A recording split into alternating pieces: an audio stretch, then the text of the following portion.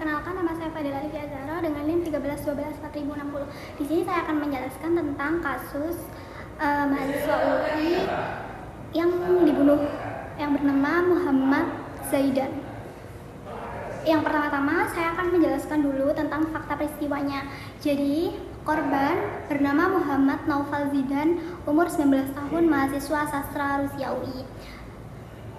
Terus pelaku bernama Altafasalia Arnika Basya atau bisa dipanggil dengan Altaf.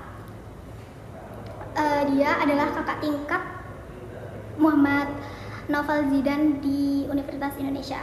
Waktu dan tempat sekitar tanggal 2 Agustus 2023 di kos korban yang terletak di Jalan Palakali Raya, Kukusan Pici, Depok. Motif kakak tingkat yang membunuh Zidan adalah pelaku terlilit utang pinjaman online dan kerugian investasi kripto, juga ingin menguasai barang korban. Dengan cara pelaku menyimpan pisau, berpura-pura berkunjung ke kos, kemudian menyerang korban saat akan pulang. Habis itu menusuk berkali-kali. Setelah pembunuhan, jasad dibungkus plastik disimpan di bawah tempat tidur. Dan ada niat untuk menguburkan jasad tersebut, tetapi tertunda karena pelaku kebingungan. Setelah itu, proses hukumnya adalah jaksa menuntut dengan hukuman mati berdasarkan pasal 340 KUHP pembunuhan berencana, dan majelis hakim Pengadilan Negeri Depok kemudian memvonis penjara seumur hidup. PT Bandung menguatkan vonis seumur hidup. Selanjutnya, saya akan menjelaskan tentang analisis hukum pidana atau unsur dan penerapan KUHP. Untuk mengklasifikasi tindakan pidana pembunuhan yang dilakukan Altaf, penting menganalisis unsur-unsur yang dipersyaratkan dalam KUHP, khususnya pembunuhan biasa atau pasal 338, pembunuhan berencana pasal 340, dan faktor pendukung lainnya seperti pencurian pada saat pembunuhan. Saya di sini akan menjelaskan dulu tentang pasal 338 KUHP pembunuhan biasa.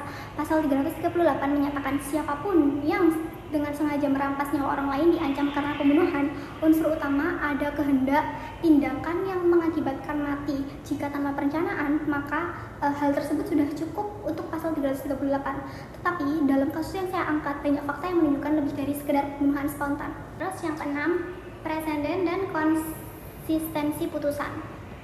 Penting agar putusan-putusan seperti hal tersebut konsisten dalam parameternya, misal unsur perencanaan, agar rakyat melihat keadilan itu tidak hanya secara formal tapi isi. Pengadilan harus menjaga bahwa standar pembuktian perencanaan benar-benar terpenuhi agar hukuman berat tidak diberikan secara sewenang-wenang. Terus yang ketujuh, peran penyidikan yang profesional seperti rekonstruksi, saksi, bukti CCTV, dan pisau. Semua ini elemen kuat. Penyidik harus menjamin bahwa bukti dikumpulkan sah, saksi dilindungi, dan tidak ada kekeliruan prosedural yang bisa mengganggu keabsahan bukti di pengadilan. Selanjutnya, masuk ke dalam penilaian kritis. Dalam kasus tersebut, penerapan pasal 340 KUHP cukup tepat bila unsur perencanaan memang terbukti. Dari laporan, pelaku membawa pisau sejak awal, menyimpan alat, merencanakan datang ke kos, berpura-pura, itu semua mendukung. Namun, tuntutan hukuman mati merupakan opsi kontroversial. Meski hukum memungkinkan dari sisi nilai kemanusiaan dan hak asasi, hukuman mati sering dianggap terlalu ekstrim, kecuali dalam kejahatan luar biasa dan bukti sangat jelas. Dalam kasus yang saya angkat, hakim memilih seumur hidup yang mungkin mencerminkan kekhawatiran akan standar pembuktian dan nilai-nilai kemanusiaan.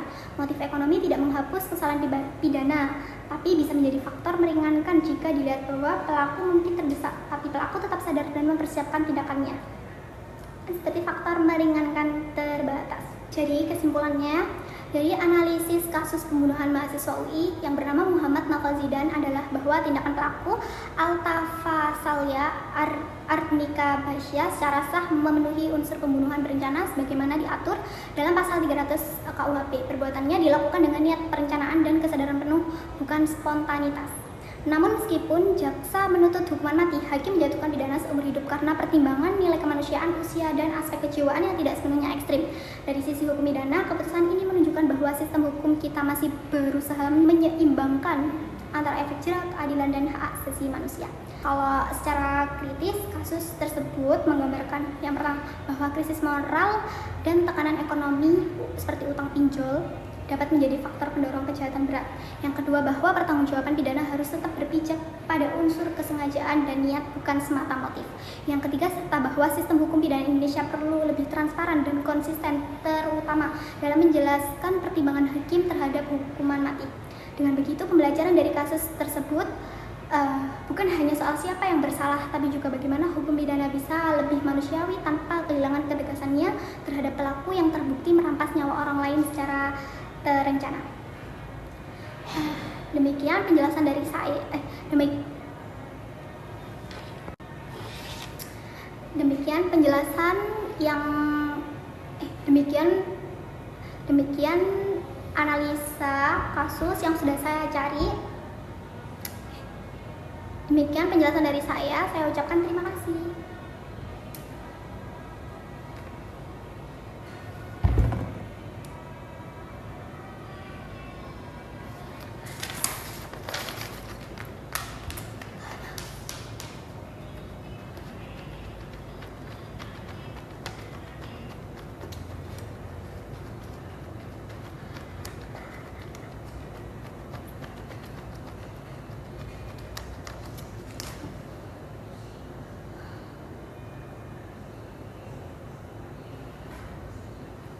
Kenapa dunia sepanas ini?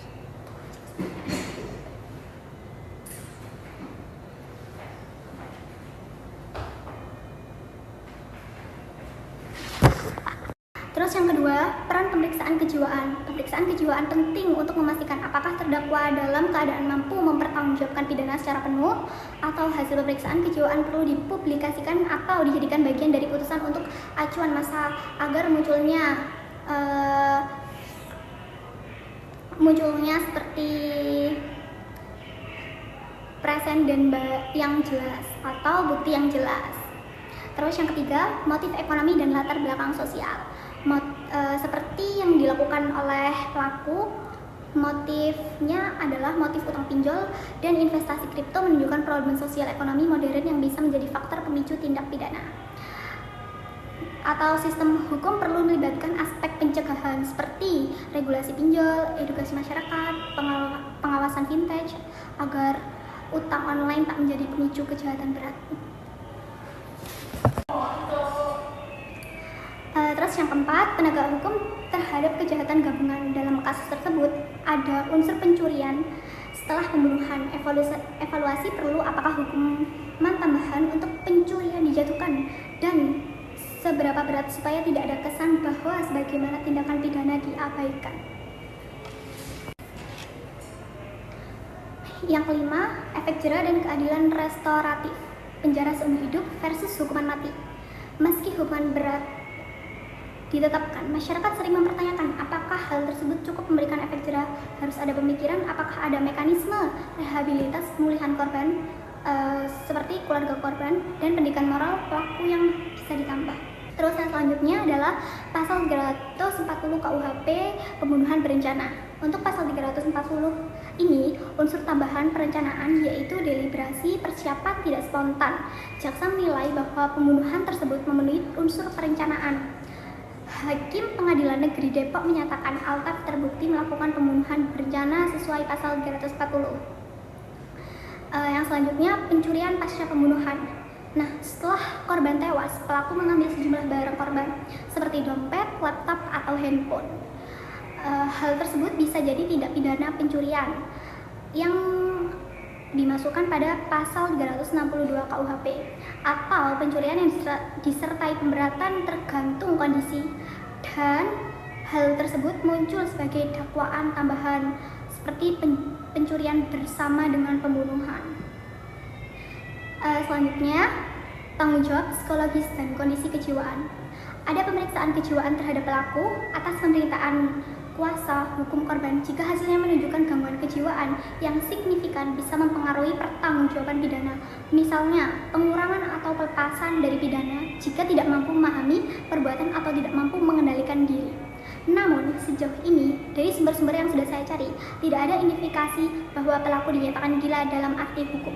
Selanjutnya, pertimbangan dalam putusan vonis versus tuntutan. Yang pertama, jaksa menuntut hukuman mati karena melihat adanya pembunuhan berencana berdasarkan pasal 340 serta beratnya perbuatannya. Yang kedua, Hakim Pengadilan Negeri Depok memilih vonis penjara seumur hidup bukan karena hukuman mati. Alasan hakim tidak secara gamblang tercantum seluruhnya di sumber yang sudah saya cari, tetapi kemungkinan berkaitan dengan pertimbangan meringankan usia pelaku, latar belakang, atau kejiwaan. Mungkin tidak ada faktor yang benar-benar meringankan selain bahwa dia mahasiswa dalam aspek proporsionalitas hukuman. Dan menurut PT Bandung menguatkan vonis penjara seumur hidup. Selanjutnya masuk ke dalam kritik dan aspek yang perlu dikembangkan. Dari perspektif yang sudah saya cari dan sudah saya kumpulkan, yang pertama adalah bisa dengan kejelasan dan transparansi dalam pertimbangan hakim. Mungkin dengan cara putusan hakim harus jelas tentang bagaimana unsur-unsur pembunuhan berencana terbukti seperti perencanaan, persiapan, jeda waktu, kesiapan senjata. Dari laporan tersebut, unsur perencanaan memang diakui, tapi publik kurang mengetahui seberapa kuat bukti perencanaan tersebut dibanding bukti spontanitas. Terus selanjutnya, hakim perlu menjelaskan mengapa hukuman mati ditolak meskipun tuntutan jaksa mengarah ke situ. Apakah karena faktor kemanusiaan, tentang usia, kejiwaan, atau kurangnya bukti pembuktian perencanaan yang sempurna. Terus yang kedua, peran pemeriksaan kejiwaan. Demikian penjelasan dari saya ucapkan terima kasih.